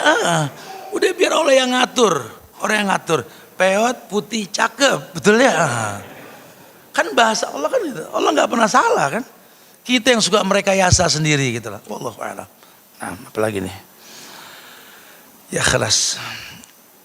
Ada orang yang sedang masa idah, boleh datang ke kajian, Ustaz. Orang lagi idah yang nggak boleh tuh kawin. Betul. Nuntut ilmu, jangan kata idah, sakit pakai kursi roda boleh. Ente harus tahu dulu bro, idah tuh apa? Idah tuh bukan idahnya pemandangan, tuh indah, betul ya? Idah itu masa jeda untuk menikah lagi. Ya udah nenek-nenek tat, kita nggak tahu jodoh, betul kan? Nah, yang meninggal 4 bulan 10 hari, cerai 3 bulan, 3 kali masa suci, betul? Kenapa? Hikmahnya banyak. Ibnu Qayyim mencatat bahasan ini panjang sebenarnya. Ya. Salah satunya apa? Membersihkan rahim supaya nggak boleh masuk 2 bibit pada 1 liang. Ya seperti itu. Makanya masa idah. Nah di masa idah tersebut ulama menasihati sebaiknya menghindari itu semua. Makanya kalau bisa diam di rumah, mengingat masa-masa indah bersama orang yang dulu supaya ke depan lebih baik. Tapi kalau menuntut ilmu atau wajib sebagai single parent mencari uang rezeki keluar masih nggak masalah. Cuma jaga diri, silaturahmi diperbolehkan, nggak ada masalah. Udah sedih diam di kamar, yang dia lihatin kaca nako aja, tambah sakit. Ajak ke tempat kajian, ini kan taman-taman penjubur iman, betul? Dia bisa ngobrol sama ustadz. Jadi intinya boleh. Ya, yang penting hindari hal-hal yang bisa menimbulkan hal yang dilarang. Itu menikah, melamar dan lain-lain. Itu nggak diperbolehkan ya. Wallahu a'lam bishawab. Naam. Ada lagi yang mau ditanyakan? Oh banyak ya. Assalamualaikum. Bagaimana mendakwahkan keluarga yang masih mengamalkan ritual-ritual bid'ah, Ustaz? Ya, antum harus tahu, antum mau ngomongin dalil apa Quran? Anda pengen bawain dalil, Ustaz. Dia udah paham Quran belum? Dia sudah paham sunnah belum? Ya, kadang-kadang dalam dakwah itu yang dibutuhkan fi'liyah, tingkah laku. Bukan dalil Quran dan sunnah. Kayak Anda mau ngomong tentang kebenaran sama orang-orang kafir. Mereka nggak tahu Quran, nggak tahu hadis. Ya, nggak bisa. Aneh tadi ngomong tat sama pendeta tat. Anda bilang, pendeta dengerin ya. Qala Allah, qala Rasul. Dia diem tat. Kalah. Agak paham. Kalah dari mana ente? Ente ngomong sama siapa? Paham nggak dia? Ngomong sama orang yang paham. Nah di keluarga sama. Dia belum ngerti tentang bid'ah. Dia nggak tahu bid'ah dolalah. Dia nggak tahu sunnah Rasul. Yang dia tahu ini tradisi kebaikan. Ya kan? Salahnya di mana? Lawang kumpul ingat Allah dinasihatin pulang bawa besek lagi, betul. Salahnya di mana? Kajian di sana pulang nggak bawa apa-apa kering, betul. Ibn tahlilan ada yang kita bawa, kan dia ngomong begitu. Di mana salahnya tat? Nah, karena dia nggak belum paham manhaj, ya. Makanya pincut dengan hadiah. Jadilah orang yang menguntungkan dia dulu, ngomongnya entak nanti. Kita nguntungin kagak ngelarang, ngasih solusi juga enggak, ya susah. Ya hal-hal kayak gini uslub lah. Uslub tuh jamak dari sabil, cala. cara berdakwah, gitu ya. Nah itu mungkin butuh waktu. Jadi saya sarankan sekali, pincutlah hati orang yang mau didakwahi. Apalagi ini orang tua, keluarga kan. Jadilah anak yang dinanti. Ngomongin tentang halal haram ketika tawaf, orang tua nurut nanti. Ngomongin halal haram, ajak dia makan di restoran yang kita bayarin. Atau ke rumah kita yang kita cukupin. Ini kadang-kadang kita ngelarang orang tua di rumah orang tua. Sambil makan yang dimasak orang tua. Di meja punya orang tua, ambil ngunyah. Mak, bid'ah tuh. Kata mak, lu emang kelewatan lu. Bagi kagak ngelarang mulu kan gitu ya. Bismillah Ustaz. Ane mau bertanya Ustaz. Sebelumnya nih afwan Tat, Ane mau bertanya 3 pertanyaan. Bagaimana cara bertawadhu saat ada gangguan dalam sholat ketika di posisi sujud? Ta'awuz, afwan. Bagaimana cara ta'awuz saat ada gangguan dalam sholat ketika di posisi sujud? Ya dalam sholat itu kalau kita terganggu waswas setan, kita berisyarat buang ludah ke kiri. Berisyarat. Jangan beneran, gitu jangan. Setan lain yang datang nanti. Sunnahnya berta'awuz ya, membuang isyarat buang ludah di sisi kiri. Allahu a'lam ya, untuk mengingkari wujud syaitan. Untungnya kita kalau berjamaah imam urusannya. Kalau berjamaah tuh untungnya banyak bro. Ente belum bagus tajwid aman dapat pahala imam. Ente ganggu sama setan juga nggak ngaruh urusannya imam. Karena bacaan imam bacaan makmum, di situ manfaat sholat bersama imam ya. Makanya ada perempuan nanya, Ustadz kita kan perempuan sholat di rumah Tat, boleh gak di masjid? Di rumah di masjid boleh, walaupun waqarna fi buyutikunna, rumah lebih baik buat perempuan kalau bagus bacaannya. Kalau ikro 2 aja gak hatam mending di masjid, bacaan imam bacaan makmum ya. Jadi jangan main-main nih, bukan masalah boleh atau enggak ya, layak tidak sholat kita diterima oleh Allah gitu ya. Apakah ada pengamalan sholat syuruk? Khilaf ulama tentang syuruk ini, khilaf ulama ya. Sebagian mengatakan, Syekh Shalih Fauzan lah orang yang mengatakan tidak ada. Kenapa? Karena syuruk itu duha. Tapi sebagian lagi ulama mengatakan beda syuruk dengan duha. Wallahu a'lam bishawab. Wallahu a'lam. Ada khilaf di situ ya. Nah. Ya kalau memang antum bingung masalah syuruknya, tapi kan menanti syuruknya ada pahala.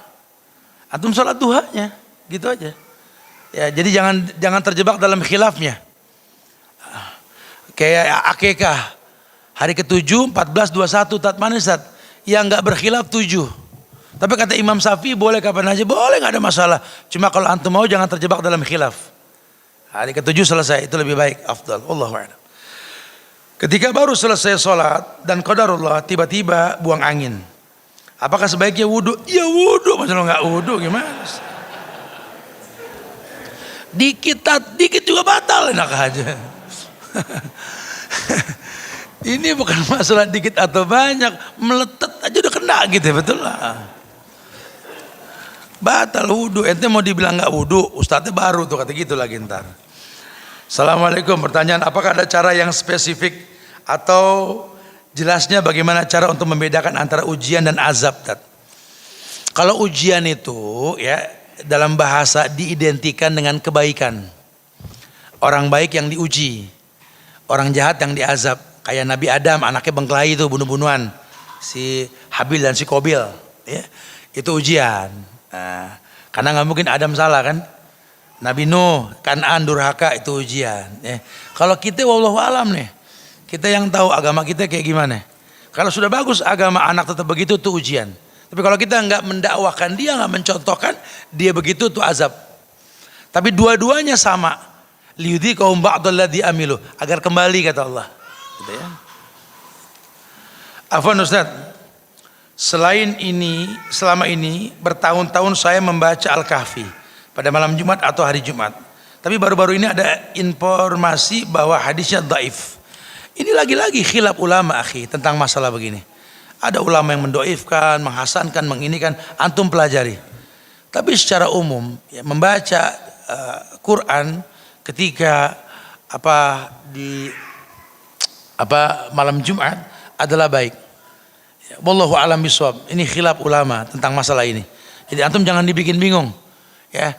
Berarti jangan sampai antum ini terus jadi nggak mau ngaji lagi, enggak, ya. Secara umum ngaji secara umum, ya. Tapi tanpa diniatkan, karena memang mubah sifatnya boleh-boleh saja. Ya, tapi kalau antum khususkan, memang butuh dalil. Makanya kita berterima kasih sama ulama yang berani berfatwa supaya kita nggak mengkhususkan. Tapi kalau antum baca boleh, antum baca sholat duha, Allahumma innad duha duhauka wal bahauka, hadisnya dhaif. Tapi boleh gak kita berdoa? Boleh, cuma nggak mengatakan itu doa khusus waktu duha. Mafhum ya? Dibaca kapan saja diperbolehkan. Yang penting jangan merubah hukum. Yang sunnah tetap sunnah, yang wajib tetap wajib, yang mubah tetap mubah. Wallahu a'lam bishawab. Wallahu a'lam bishawab. Barakallahu fikum. Naam. Semoga manfaat yang disampaikan buat anak dan jamaah sekalian, ya Allah. Minta maaf kalau ada kekurangan, kesempurnaan hanya milik Allah. Jaga ukhuwah di antara kita. Jangan lelah untuk saling mendoakan, doakan diri kita, keluarga kita, doakan nih majelis taklim kita Al-Hijrah, begitu pula majelis ilmu masjid kita Al-Hijrah yang semoga Allah jaga selalu ini. Dan doakan pula negeri kita tercinta Indonesia agar Allah selalu jaga ukhuwah kebangsaannya dan dijaga pula para pemimpinnya, semoga diberikan hidayah pula insyaallah. Kita tutup dengan kafaratul majlis. Subhanakallahumma bihamdika asyhadu. Assalamualaikum warahmatullahi wabarakatuh.